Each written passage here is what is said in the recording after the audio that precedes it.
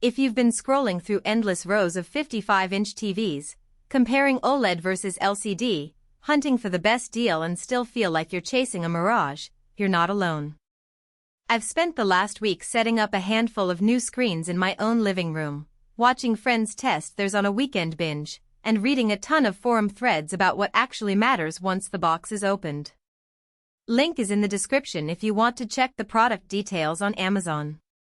What I'm about to break down is why the Sony 55-inch class BRAVIA 8 OLED, the 2024K 55XR80 model you see on the screen, could finally be the answer to that indecision, or why it might be a hard pass for some. First, let's talk about the kind of TV you need in the real world, not just on a spec sheet. Most of us aren't sitting in a dark home theater watching test patterns, we're watching Netflix in a lit kitchen, streaming a live sports game on a couch, or juggling a kid's cartoon while the Alexa timer counts down. Those moments expose hidden trade-offs that manufacturers rarely highlight. With the Sony BRAVIA OLED, the headline promise is billions of real-world colors.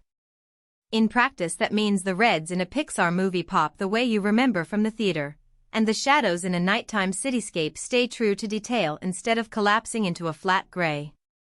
I tested that by putting on Stranger Things on a bright afternoon. The deep blues of the upside down were still distinguishable, even though sunlight was streaming through the windows. That's a solid win for anyone who watches HDR content in a room that isn't pitch black.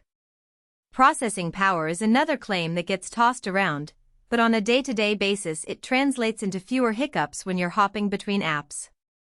Sony's powerful TV processing felt immediate when I opened YouTube, then switched to Disney Plus and finally pulled up a live NFL feed.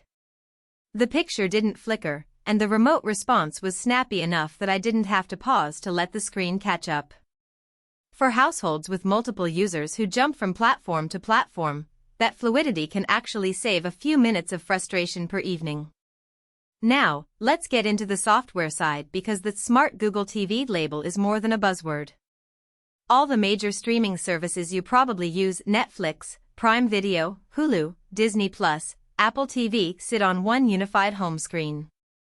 The voice search works through Google Assistant, so you can say, "Play the new episode of The Crown," and the TV pulls it up without you digging through menus. There's a small learning curve. The first time you turn it on, you'll be prompted to sign into a Google account and then to link your streaming accounts. I found that once the initial setup is done, the experience is actually smoother than a separate streaming stick, especially when you have multiple profiles. If you're the type who likes to keep everything in one place, this integration is a genuine convenience. One of the less talked about perks is that Sony includes a handful of movies right out of the box. It's not a massive library, but it gives you something to watch while you're still configuring your accounts. For a first-day experience, it's a nice touch that most refurbished sellers don't bother to mention. Speaking of refurbished, this unit comes from the Amazon Renewed store, meaning it's manufacturer refurbished rather than brand new. The condition is listed as limited. Essentially, you may notice very minor cosmetic blemishes, but the panel and internals are tested to meet Sony's original standards. That translates into a price that's usually 1,520% lower than a brand new model. If your budget is tight but you still want the OLED experience, that discount can be the deciding factor. However, keep in mind that you won't get the same warranty length as a fresh purchase. The Amazon Renewed warranty is typically 90 days, extendable only through third-party plans. Who should actually buy this TV? If you're a cinephile who cares about color accuracy and you regularly watch HDR content, think Netflix originals, Disney Plus blockbusters, or even YouTube creators who grade their footage, the BRAVIA OLED gives you that premium look without paying the premium price of a brand new flagship. It also makes sense for households with a mixed streaming diet. The integrated Google TV interface reduces the need for extra dongles, and the quick processing keeps everyone happy when the kids want to watch cartoons right after a family movie night. Lastly, if you live in a moderately bright living space and still want deep blacks, the OLED panel's ability to turn off individual pixels gives you contrast that LCDs just can't match. Who should skip it?